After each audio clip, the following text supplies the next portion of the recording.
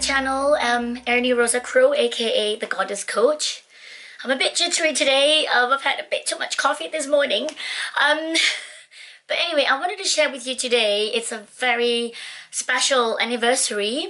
It's the 5th anniversary that I underwent a life-changing operation. Exactly on this date in 2011, when my son was about 9 months old, I finally went through an operation that has kind of changed my life.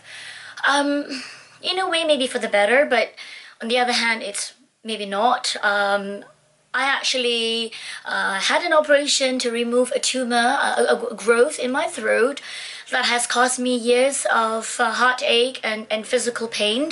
And after the operation to remove this cyst, what was supposed to be a 30-minute routine operation to remove a small cyst, when the surgeon opened it up, they realized that I had a much bigger cyst than they expected. And because the worry, of course, that it can turn cancerous, they removed a big chunk of my thyroid, really. So I had a thyroid removal, and at the same time they removed my hyoid bone and a big chunk of my throat, a big chunk of my tongue, so that the cyst has grown from the front and it's gone to the back of my tongue. So it took me a long time to recover. What was supposed to be, like I said, a 30-minute operation turned into a 4-hour job, and what was supposed to be a couple of days recovery took me almost a whole year to recover. Now, what I want to share to you today is the fact that because of that operation and the removal of my thyroid, I now suffer from a disease, well, an illness called hypothyroidism. Now, a lot of people who suffer from this, we call it the silent killer, the silent disease. Nobody can really tell that I'm sick and that I'm suffering every single day.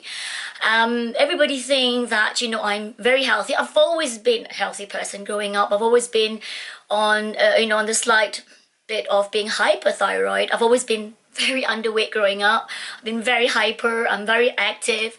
And to actually go to the opposite spectrum, to be hypothyroid, has been really difficult on me physically and mentally. I'm going to share with you the symptoms of thyroid disorder or hypothyroid, and I just want to also say before that this is actually a lot more common today in this modern age than people give it credit for. Especially for women, it affects a lot more women. And for those of you who notice that something is not right with your body, especially when you seem to be gaining weight and you can't seem to take it off through diet or whatever, do go to the GP and have your thyroid level checked. You might be lucky enough to get some kind of thyroid, like a thyroxine, a thyroid hormone that can actually help to balance your thyroid again, your thyroid levels, and hopefully, cross your fingers, that could solve your problem. But unlike those with just the normal hormonal imbalance, I have got to be on a lifetime supply of happy pills to keep me smiling every day. Now, let me share with you the symptoms of hypothyroid. Got a list here, and I'm going to share with you a bit more than this list that I've got from the medical side. Okay, one of the lists is fatigue. You get really tired very easily. You don't know why you're tired. You think, did I not have enough food? Did I not have enough sleep? And this fatigue normally hits around the afternoon, like lunchtime, just like you think, oh, I'm just tired, maybe I've had a big lunch. And this was one symptom that kind of told my holistic MD that diagnosed me with this hypothyroid. He said that is one of the classic signs that you feel really exhausted, like crazy exhausted by about 1:30, 2 p.m. and you kind of blame it on a heavy lunch. And there's been days where I didn't have a heavy lunch, and I was just so tired. So fatigue is one of them. Second one is weakness. You feel, I've always been, I'm an ex-athlete, a competitive athlete. So I've always got good muscle tone. And suddenly I felt like I was just very weak. And I felt like my bones were crumbling. And it didn't help that a couple of years ago, before I was properly diagnosed with having hypothyroidism, even though it was removed, the doctor didn't think to give me any medication. I thought I was having rickets, and it didn't help. It was exacerbated by the fact that I actually had severe deficiency in vitamin D. So that's another thing that you guys want to look out for. Check your vitamin D levels. I've become a vitamin D warrior because the lack of vitamin D have been linked to depression, high blood pressure, diabetes, and a whole host of other health problems. So the lack of vitamin D plus hypothyroid, actually, it just makes my hypothyroid worse. So I felt like my bones were going to break when I walk. On my muscles, my joints just feel so tired and so weak. I thought I was going crazy because nobody believed me. You know, I've always been so active. Yeah, weight gain. That's the third point, and that's one of the most obvious sign a lot of people with hypothyroid can see. Is the weight gain. Like I said, I've always been on the side of slightly being underweight. You know, until I've had my second daughter, I was still, you can still see my clavicles. I barely have boobs. Well, a smallish pair. And you know, and then suddenly this weight gain, it's also bloating. You kind of keep hypothyroid, you do keep, like, this is my hypothyroid face. It's that little bit of, like, you know, chunky cheeks. No matter how little, at one point I went down to 500 calories. Please don't do this, it's very unhealthy. I went down to 500 calories.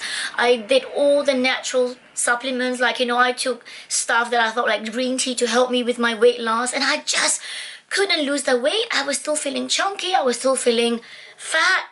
I was teaching about 10 belly dancing classes a week at this time, and I was still going to the gym. I was doing my massage therapy. I had clients. I was really tired. I was sweating a lot, and I felt like, why can I not lose this weight? I was going crazy. I exercise every single day.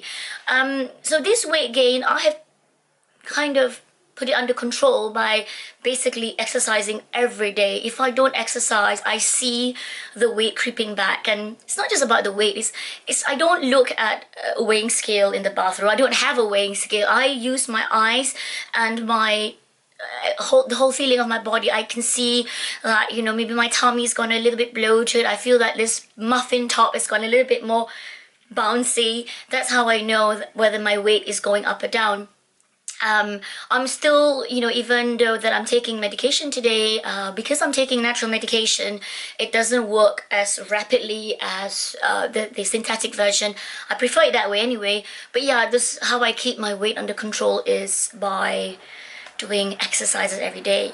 And this is one of the frustrating things is when I tell a new GP, for example, that, oh, I'm a hypothyroid patient, the first thing they say is, but you're not fat. How could you be hypothyroid? So you can tell from that comment that weight gain is one of the biggest sign of a hypothyroid. So if you've been putting on weight, like, scarily a lot within weeks and months, again, listen to your body, and maybe you need to get your thyroid levels checked. Okay, next one is coarse, dry hair. Oh, I can tell you, I have lost, after the birth of my third boy, which is when the cyst, and well, that big growth in my throat got bigger and bigger. Of course, it gave me a whole host of other problems besides the hypothyroid. I thought my hair was just, you know, dropping because, you know, after you give birth, all that lovely pregnancy hair just naturally, you know, go away. But yeah, I've got a lot less hair than I used to, you know, in my youth. Thankfully, I've got quite thick curly hair, which I kind of tame a little bit because it does get quite frizzy. But I do see it when I brush my hair. I do see, you know, lots of hair than it used to be before I was diagnosed with hypothyroid. So no matter how much, you know, you put lots of expensive creams and stuff in your hair, you do feel that it's not as luxuriously shiny as it used to be. So I do spend a lot of money on like argan oil, you know, antifreeze, you know, the silicone gel to kind of smooth my hair down and, you know, not make it look as dry as it really is. Another one is with the dry hair, you've got very dry skin, and I've always been very very proud of my lovely skin. If growing up people was like, oh, I love my hair, I love my nose, I love my eyes, I love my skin. My mother has basically raised me to always look after the biggest organ in my body, which is my skin. So I'm very diligent about putting in cream and everything. And that dry skin is also translated to really dry facial skin. So that means I've had to use, of course, being an Asian in Europe, it means that, like, you know, your skin does get drier than normal. And because of my hypothyroid, I've had to use literally oil on my face just to keep my skin looking this okay, this good. You know, so I used to think, like, you know, growing up in Asia where it's so hot and sweaty, you're always concerned about, like, oh, I don't want my face to look really sticky and sweaty. But ladies, when you have hypothyroid, you want your face to be a little bit oily and a little bit sticky, because, you know, that really does help the dryness. Next one is, of course, dry hair and hair loss and cold intolerance. You can't tolerate the cold as much as you used to. I've been very lucky because I practice yoga and meditation, and I do certain exercise, and because I exercise every day, I've kind of helped my body to raise the metabolism a little bit, and so I do get quite warm, and I do wear warm clothes even though it's now becoming spring, you know. So I do like wear double layers, like a bodysuit with a t-shirt to keep myself warm. So that's another sign that, you know, you feel the cold a lot more.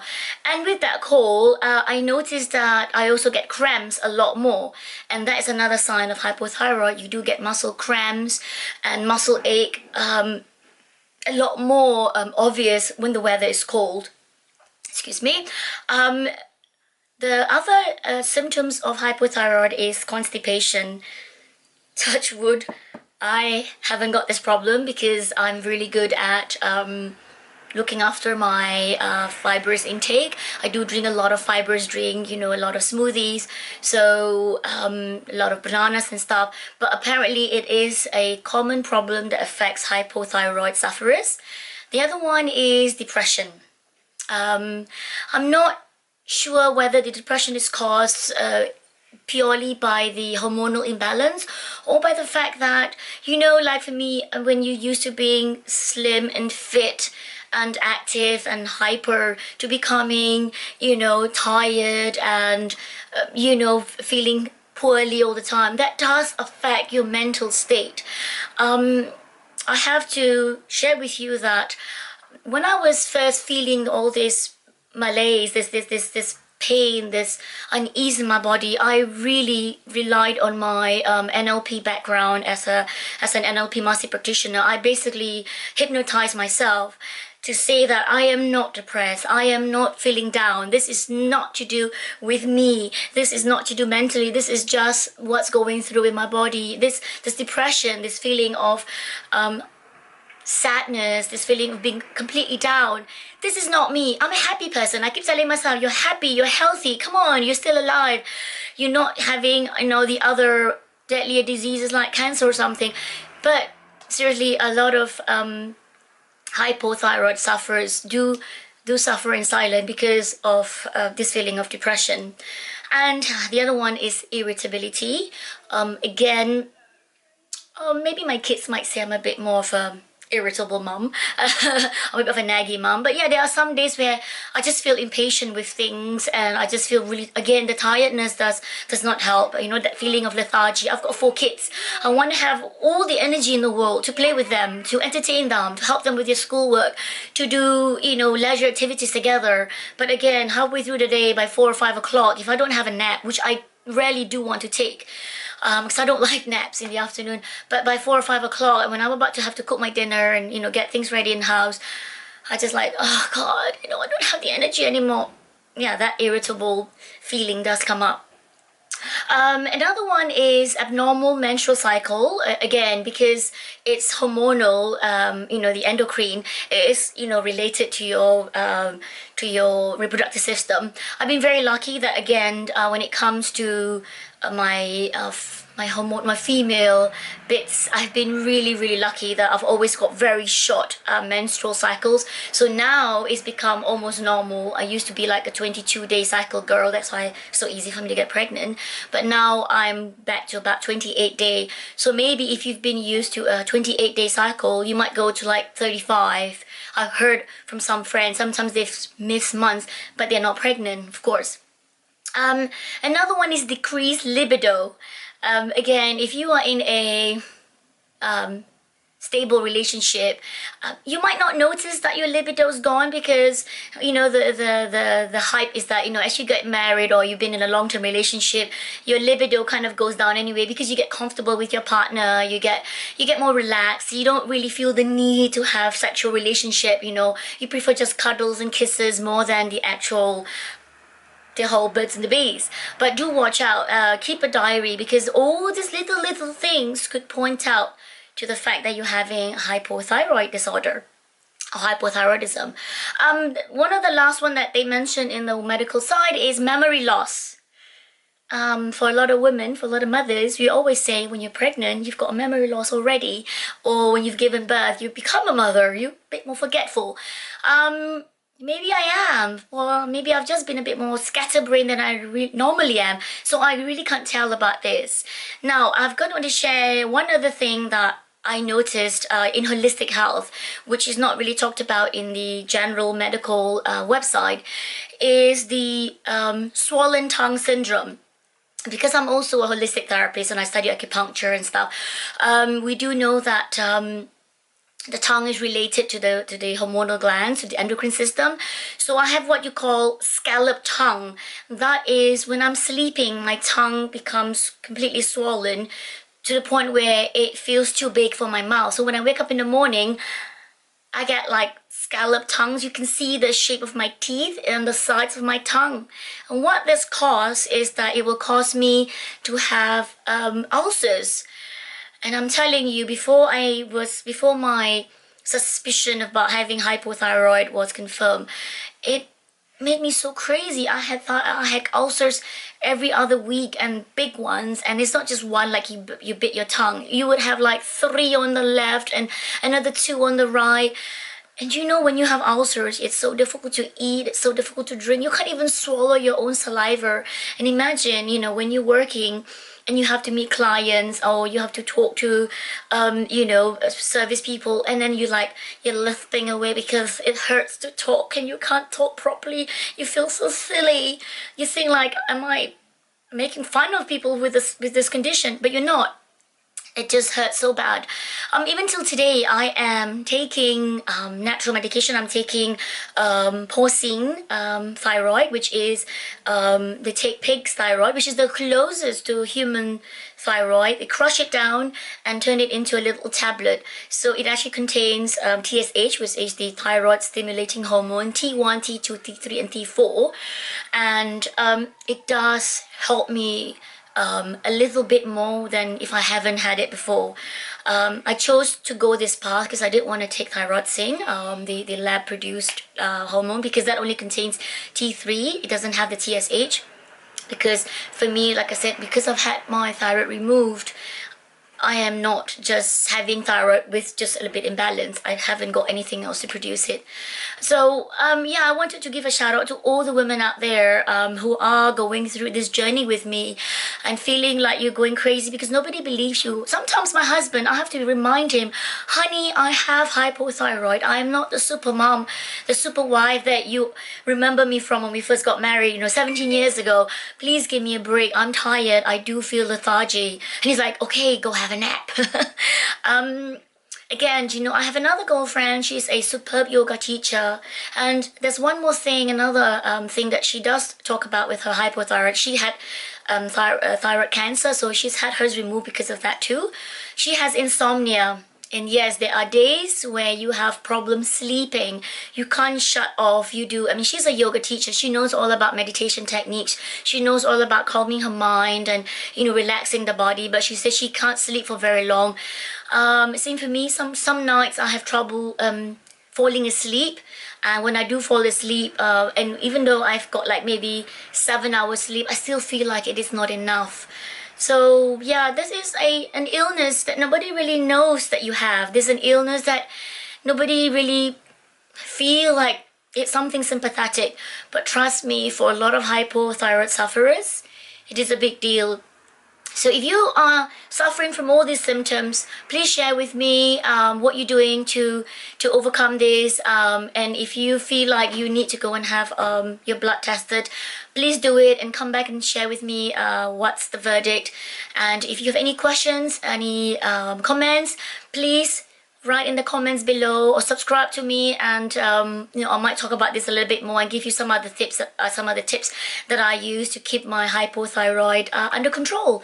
So in the meantime, have a great week and weekend further, and I'll see you in the next video. Bye.